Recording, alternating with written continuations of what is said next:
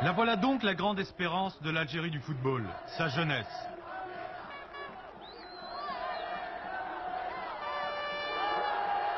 S'il y a 764 clubs dans le pays et 68 500 licenciés à la fédération, ils sont près d'1 million de pratiquants à rêver du cadre grandiose du monumental stade olympique.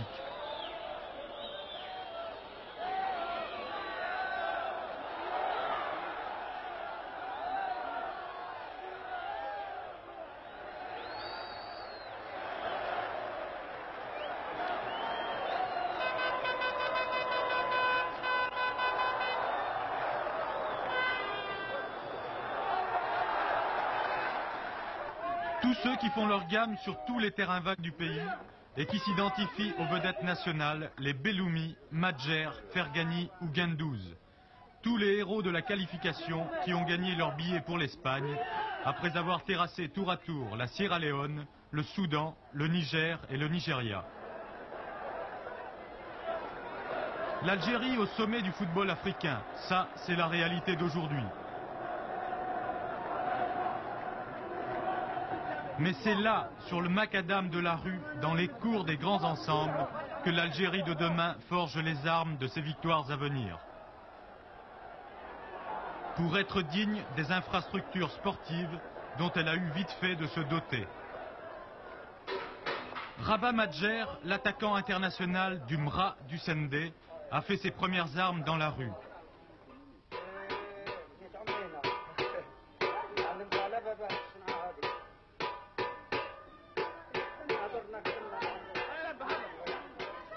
Ici, dans l'enchevêtrement des ruelles étroites de la Casbah d'Alger, où il aime à retrouver les bruits et les odeurs de son enfance, et où les gosses en ont fait leur idole. Une jeunesse passionnée qui pousse l'État algérien à placer le football au rang des priorités nationales. Nos options politiques, notre constitution, ont défini d'une manière très claire que le sport est un moyen éducatif.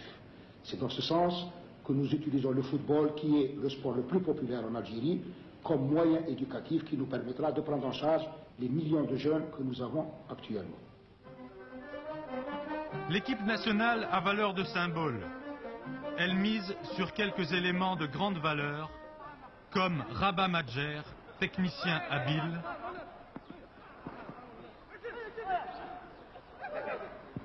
Yassine Bentaala, le gardien de but qui sait aussi se servir de ses pieds, Haït El Hossine, un avant-centre au format de poche,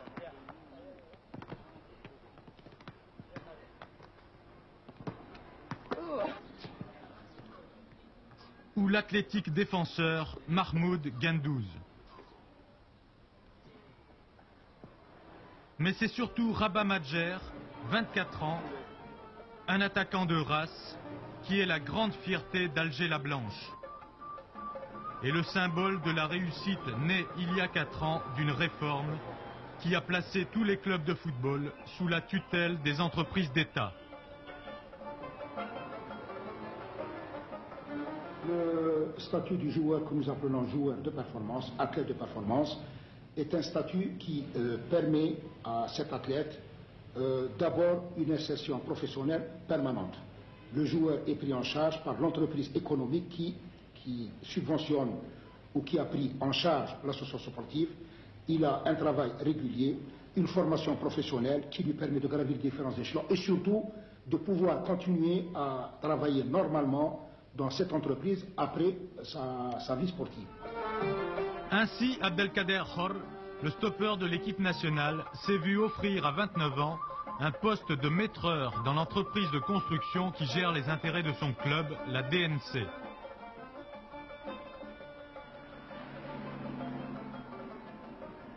Et lorsqu'il quitte le bureau d'études de la société, Khor rejoint le quartier du Caroubier, tout près du champ de course, pour un entraînement musclé.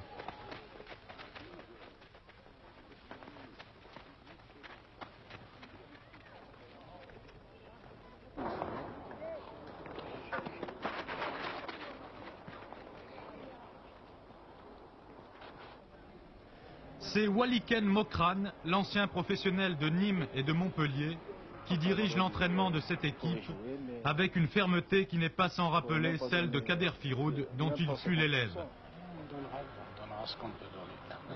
Enfin, de toute façon. Le soir, lorsque Hor arrive chez lui à Sidi Moussa, petite bourgade à 20 km d'Alger, le soleil est prêt à se coucher. C'est l'heure de la prière. Hor est un mystique, il s'y soumet avec ferveur.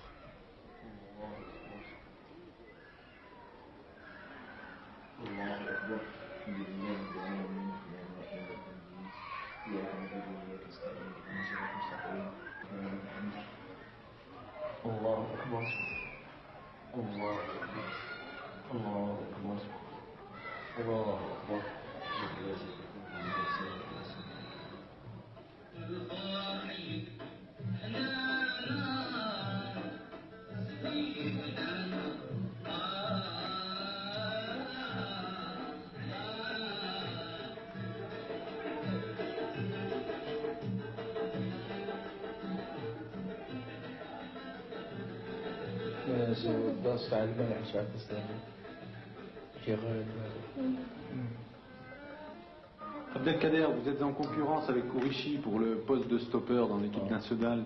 C'est pas un peu gênant? Non, pourquoi? Enfin, c'est pas gênant, parce que déjà d'être parmi les 22 qui iront en Espagne, c'est beau. Mais lui, il joue pas en Algérie, il a pratiquement pas vécu en Algérie, et puis on peut avoir l'impression qu'il vous prend votre place, non?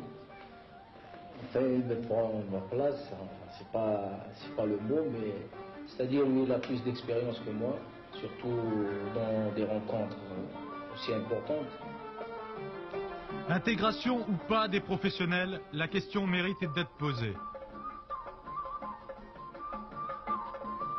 Il n'y a donc pas de problème entre ces professionnels qui gagnent parfois des fortunes, par exemple comme Moustapha Daleb au Paris Saint-Germain, et les joueurs du cru qui ont un statut amateur. Pas du tout, puisque ces professionnels viennent volontairement jouer dans notre équipe nationale et apporter leur contribution.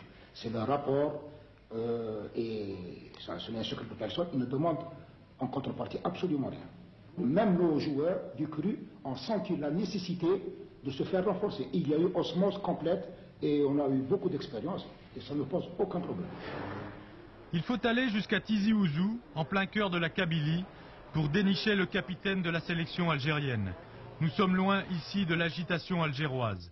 Le tempérament n'est pas le même dans cette population de gens rudes et déterminés. C'est là qu'Ali Fergani, qui vient d'obtenir à 29 ans ses diplômes d'architecte, exerce ses talents de meneur de jeu dans la fameuse équipe de la Jet, championne d'Algérie. Curieuse l'histoire de ce joueur qui est né à Onin, dans le nord de la France, où son père était mineur, et qui ne fit connaissance avec l'Algérie qu'en 1965, à l'âge de 13 ans. International une bonne cinquantaine de fois et capitaine de la sélection, Fergani fait partie des joueurs sur lesquels compte Rachid Mekloufi, le directeur technique national, et Mayedine Khalef, le sélectionneur, pour réussir un bon parcours au mondial.